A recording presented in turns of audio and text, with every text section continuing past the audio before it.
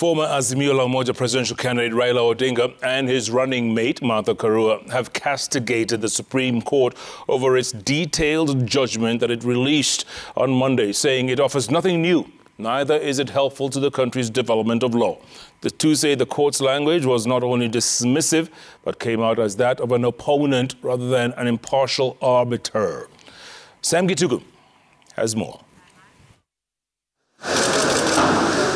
2 days after the Supreme Court released its detailed judgment of the 7 consolidated petitions, the Azimio presidential ticket has released its reaction. Raila Odinga and Martha Karua in a statement to newsrooms say that they find no material difference between the summary judgment and the judgment that the court read on 5th of September 2022. They say the full decision lacks merit and, using the court's own language, that the decision is plainly hot air, that it lacks integrity in both fact and law, and is not grounded in any discernible logic.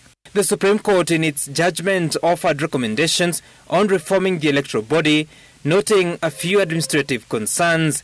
Odinga and Karua now say the court clearly established the illegal conduct of IEBC Chair Wafula Chebukati, but on the other hand, overlooked that critical finding and excused Chebukati despite the glaring violations of the Constitution and the law. The two say that this was a sufficient ground to nullify the election.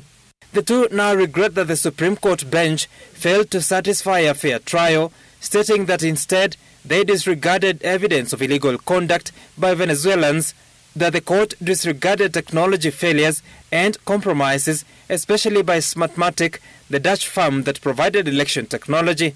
Odinga and Karua conclude that IEBC and the Supreme Court subverted the will of Kenyans. On the 5th of September, as the Chief Justice delivered the court's decision, she used certain words that the petitioners found offending.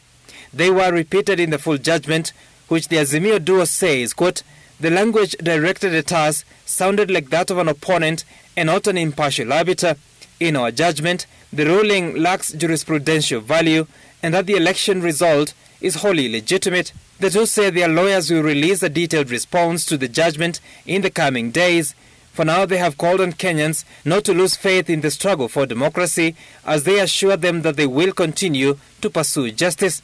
Sam Gitugu, Citizen TV, Nairobi.